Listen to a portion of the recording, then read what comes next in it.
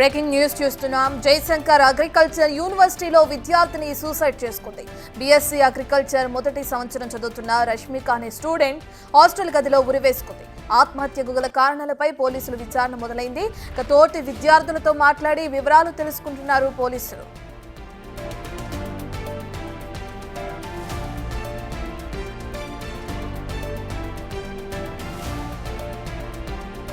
పూర్తి డీటెయిల్స్ మా ప్రతినిధి వేణు అందిస్తారు. రైట్ వేణు, ఇప్పటికే చూసుకుంటే విద్యార్థిని ఆత్మహత్య గల కారణాలు తెలిసినాయా? విచారణ ఎక్కడి వరకు వచ్చింది?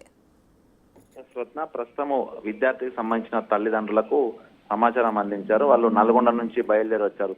తల్లిదండ్రులు వచ్చిన తర్వాతే హ్యాంగింగ్ చేసుకున్న స్టూడెంట్ ను కిందికి దింపి పూర్తి డీటెయిల్స్ సేకరించిన తర్వాతనే దీనికి సంబంధించి డీటెయిల్స్ పోలీసులు వెల్లడించే అవకాశం కనిపిస్తోంది. అయితే నెల 15 రోజుల క్రితమే బీఎస్సీ అగ్రికల్చర్ ఫస్ట్ ఇయర్ లో అడ్మిషన్ చేసుకున్న రష్మిక మొదట్లో 2 రోజులు హాస్టల్లో ఉన్న తర్వాత నేను హాస్టల్లో ఉండలేనంటూ పేరెంట్స్ కు చెప్పి నేను చదువు మానేస్తానంటూ చెప్పినట్టుగా తెలుస్తుంది. దీంతో ప్రత్యేకంగా యూనివర్సిటీ అధికారుల పర్మిషన్ తోనే ఒక 1 వీక్ తన హాస్టల్ గదిలోనే తనతో తన తల్లి కూడా ఉండి నచ్చ చెప్పి మరీ వెళ్ళిపోవడం జరిగింది. అయితే తాను హాస్టల్లో ఉండలేకనే కొంత మానసికంగా ఆవేదనకు గురై సూసైడ్ చేసుకున్నా, లేకపోతే ఇతర కారణాలు ఏదైనా ఉన్నాయనే దానిపైన కూడా పేరెంట్స్ వచ్చిన తర్వాతనే మనకు క్లారిటీ వచ్చే అవకాశం అయితే కనిపిస్తోంది. ఇక దాదాపు 90 మందికి పైగా బీఎస్సీ ఫస్ట్ ఇయర్ స్టూడెంట్స్ హాస్టల్లో ఉండగా అందులో ప్రస్తుతం సూసైడ్ చేసుకున్న రష్మికతో పాటు మరో 2 ఉంటారు. వీళ్ళంతా ఉదయం లేచి చూసేసరికి తాను హ్యాంగింగ్ చేసుకున్న పరిస్థితి కనిపించింది. దీంతో యూనివర్సిటీ అధికారులకు సమాచారం ఇచ్చారు. వాళ్ళు కూడా దీనికి సంబంధించి ఏదైనా ఇతర కారణాలు ఉండొచ్చు అనేటువంటి ఉద్దేశంతో కూడా పూర్తిగా పోలీసులకు సమాచారం ఇచ్చి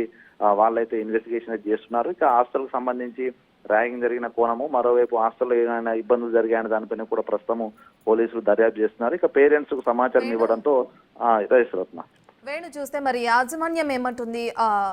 ఈ మృతికి సంబంధించి, విద్యార్థిని ఆత్మహత్యకు సంబంధించి యాజమాన్యం నుంచి ఎటువంటి సమాధానాలు వస్తున్నాయి? అంటే ప్రధానంగా యాజమాన్యం అయితే ఈ యూనివర్సిటీ లోపల ఎటువంటి ఇబ్బందులు లేకుండా చూసుకుంటాం. అదేవిధంగా ర్యాగింగ్ సంబంధించి కూడా స్ట్రిక్ట్ గా యాంటీ ర్యాగింగ్ కమిటీ పనిచేస్తుంది కాబట్టి అట్లాంటి పరిస్థితి లేవని కూడా చెప్తుంది. అయితే ప్రధానంగా తన సూసైడ్ గల కారణాలు వ్యక్తిగత కారణాలు అయి ఉండొచ్చు. ఒకవేళ తాను గతంలో కూడా హాస్టల్లో ఉండలేనంటూ కూడా పేరెంట్స్ తో ఇబ్బందులు పెట్టిన పరిస్థితి ఉంది కాబట్టి ప్రత్యేక పర్మిషన్ కూడా ఇచ్చాం వాళ్ళ మదర్ కి.